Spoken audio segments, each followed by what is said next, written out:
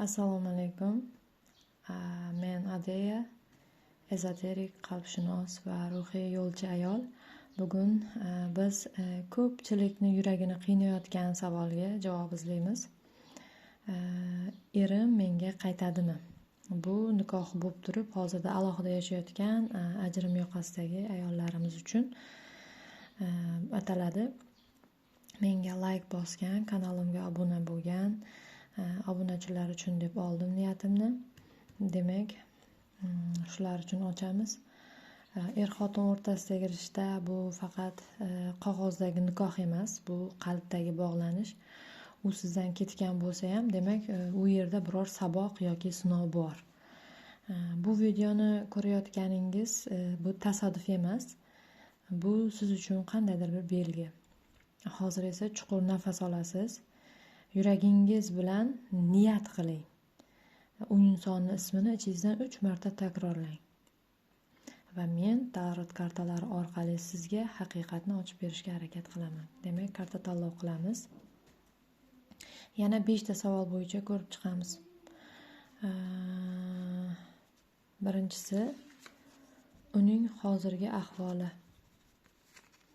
Birinchi kartamiz. Ikkinchi, sizga nisbatan hozirgi his-tuyg'ulari. Uchinchi, qaytish ehtimoli. To'rtinchi, o'rtangizdagi to'siq yoki saboq. Beshinchi, uning eng yaqinda qiladigan harakati nima? Eng yaqinda qiladigan harakat.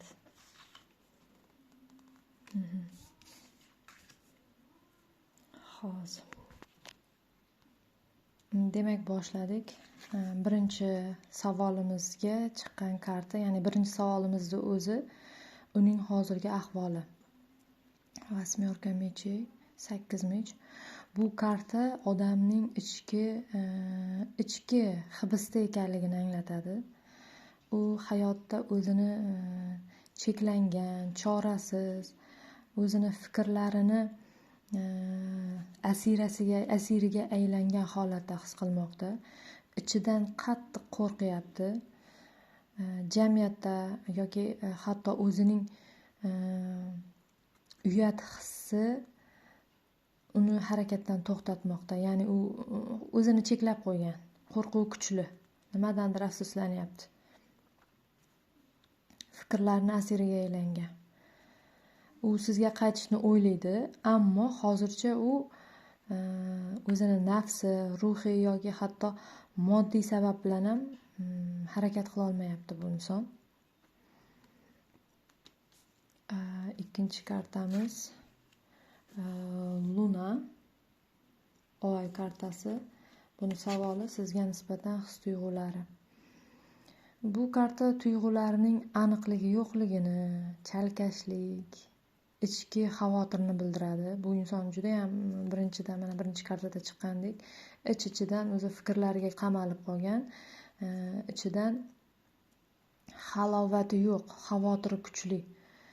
U sizni hali ham unutgani yo'q. Siz haqingizda o'ylaydi, his qiladi, lekin yuragida sizga nisbatan juda ham ko'p savollari bor. Nimadirdan shubhalanyapti, savollari ham bor. Balki unga nisbatan ishonchsizlik yoki sizning unga qilgan bir harakatlaringizni tushunmayotgan bo'lishi mumkin. Lekin bu inson sizni ich-ichidan sog'ingan, sizni butunlay yo'qotib qo'yishdan qo'rqyapti. Juda ham qattiq qo'rqyapti bu inson. Uchinchi kartamiz qaytish ehtimoli bormi degan karta edi. Bunga Dvoyka kubkov, 2 kubok tushdi. Bu juda ham kuchli karta. Bu ikki qalb orasidagi aloqa, yarashuv va mehrni qayta tiklash belgisi. Bu karta o'zi ko'rinishda ham hamma tushunadigan karta.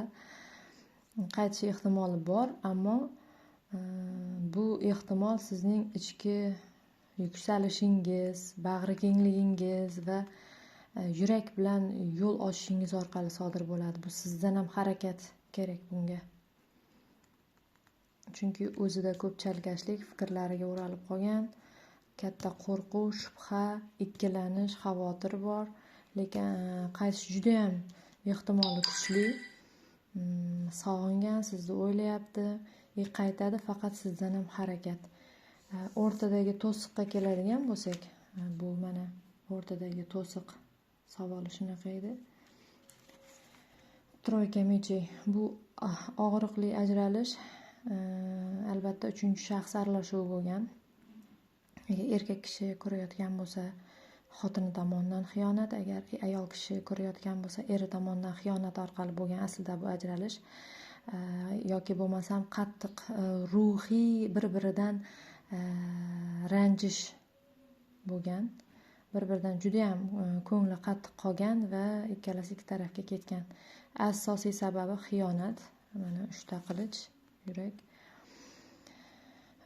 Yuraklari qattiq og'rigan, eski jarohatlar bor, lekin bu jarohatlar hali to'liq tuzalmagan. Bu dardlarni shifolanish orqali, bir-biringizni kechirish orqali yengishingiz kerak. O'shanda yana birga bo'lasizlar. 5-kartamiz. Buning eng yaqin harakati paj mechey. U sizni o'zi kuzatyapti. Ijtimoiy tarmoqlarda ham kuzatyapti. Boshqalardan so'rayapti. Diqqatidasiz. Lekin harakati hali faol emas. Ehtiyotkorlik bilan sizni kuzatmoqda. Aloqa boshlash arafasida turibdi, sizga qandaydir aloqaga chiqadi. Lekin chiqqanda ham sinovchan shaklda ehtiyotkorlik bilan chiqadi. Yakuniy xulosaga kelsak, u siz haqingizda hali ham o'ylaydi, yuragida chalkashlik bo'lsa-da aloqa qayta tiklanish ehtimoli mavjud. Sizdan ko'proq ichki kuch, sabr, ruhiy poklik talab etiladi. Uning qaytishi sizning kechirimingizga, ayollik energiyasi va shifolovchi qalbingizga bog'liq. Ya'ni siz kechirsangiz, sizdan ham ozgina harakat bo'lsa, u harakat qilgan payt albatta yana yo'llaringiz birlashadi. Agar bu karta ochilishi sizga to'g'ri tushgan bo'lsa, bu tasodif emas, azizlarim. Demak, sizning yuragingizda hali ham ochilmagan sirlaringizga javoblar shu joydan oldingiz. Azizlarim, video yoqqan bo'lsa, kanalga obuna bo'ling, like bosing. Shaxsiy vaziyatingiz bo'yicha yordam olishni istasangiz, kanalim tepasida Telegram kanalimni silkasini tashlaganman. O'sha kanalga tushib olsangiz, o'tib olsangiz, men sizga qanaqa yordamlar ko'rsataman, hammasi ko'rsatilgan, faqat tarot emas menda. Telefon. Faqat tarot emas, ruhiy shifolash, kasalliklaringiz bo'yicha ham, xullas kanalga o'tib olsangiz, hammasi to'g'risida ma'lumot olasiz. Telegram kanalimga o'tib olishni tavsiya beraman.